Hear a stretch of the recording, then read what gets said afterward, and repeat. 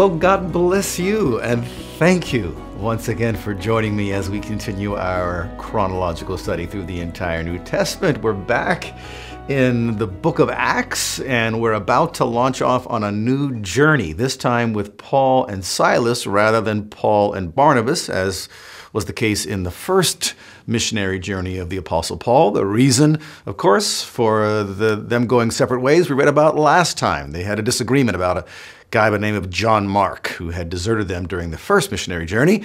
And I tried to show you that it maybe wasn't quite as bad as it's been portrayed by some. And I want to show you one verse in another letter that Paul wrote that I think indicates that even if there was a little hard feelings between Paul and John Mark, even if there was, I don't really think there was. I think Paul was motivated by his love for John Mark and not wanting him to go with him. But here in 2 Timothy chapter 4 and verse number 11, Paul writes to Timothy near the end of his days, that is, Paul's days, "Only Luke is with me.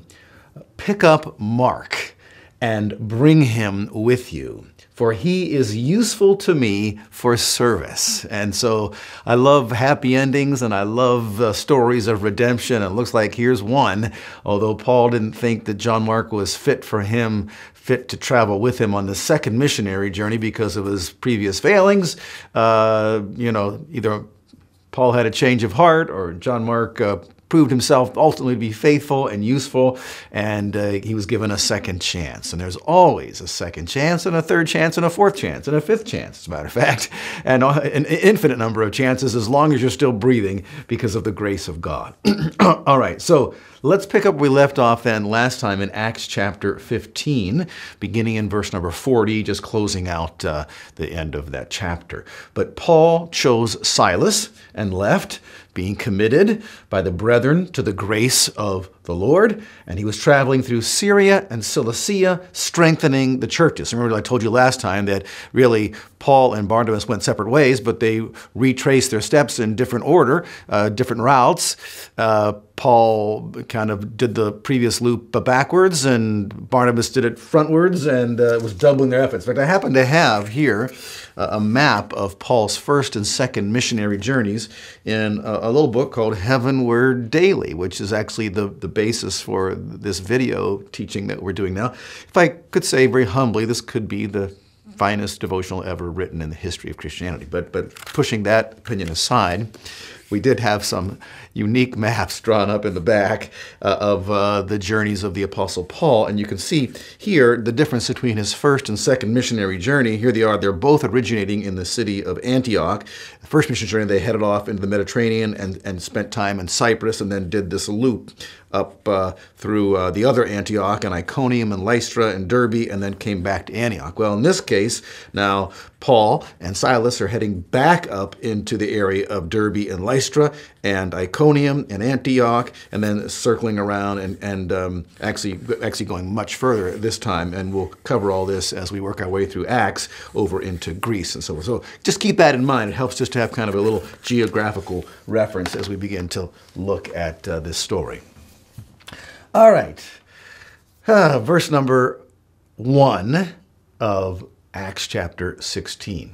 "Paul came also to Derbe and to Lystra." And if you paid attention, those two cities, not only did I just mention them as I was making reference to the map that we were looking at, but we read previously in Acts when Paul had been to those places. Lystra was the place where there was a man who was listening to Paul as he was preaching the gospel, and Paul noticed the man had faith, and faith to be healed. He was crippled, never walked in his life, and he said, "Stand upright on your feet," and the man stood up and began walking. It was a tremendous miracle that occurred in Lystra. Same place where Jews came from Antioch and stirred up multitudes, and they ultimately stoned Paul and left him for dead in Lystra. So he was a brave apostle going back to the place where they thought they killed him. And keep on reading now in verse number 1. "And a disciple was there named Timothy." Okay, here's the introduction of Timothy. Going to have 2 epistles written to him ultimately. "The son of a Jewish woman who was a believer, but his father was a Greek. and seemed to imply that maybe his father had not become a believer as his mother had, but a mixed marriage right from the start, a Jew with a non-Jew, and then a Jewish believer, still probably with a non-Jewish Greek father, but he was well spoken of by the brethren who were in Lystra and Iconium. We continue reading in verse number 3 now of Acts 16, but Paul wanted this man to go with him. And he took him, now catch this, and circumcised him because of the Jews who were in those parts, for they all knew that his father was a Greek. And so they would have suspected that he was uncircumcised. And so this tells us a number of things. Number one, it tells us what an important issue circumcision was to the Jews. They had made it the preeminent litmus test of someone's rightness with God. And we've been discussing this for so long now as we read Galatians and, of course, the big council in Acts chapter 15. But this shows what's still happening now at that time in that region and all the trouble that Paul had. So he just decided, look, if anyone says, what do you got this uncircumcised guy with you, and he's preaching about the Jewish Messiah and blah, blah. Paul could just say, oh, well, he's a Gentile, but he's converted. He's been circumcised. Now, did Paul believe that that was necessary for Timothy to have eternal life? Well, you know the answer to that. Of course not. But he made accommodation to Jews and even Jewish believers who still had the wrong idea about circumcision. But in no way did Paul ever even dream of or even entertain any kind of idea or thought that this was necessary for Timothy. Again, the reason is because that he circumcised them because they were Jews in those parts, and they all knew that Timothy's father was a Greek. Okay, and so we're going to continue Paul's second missionary journey when we get together again. So I will see you next time. Thanks for joining me.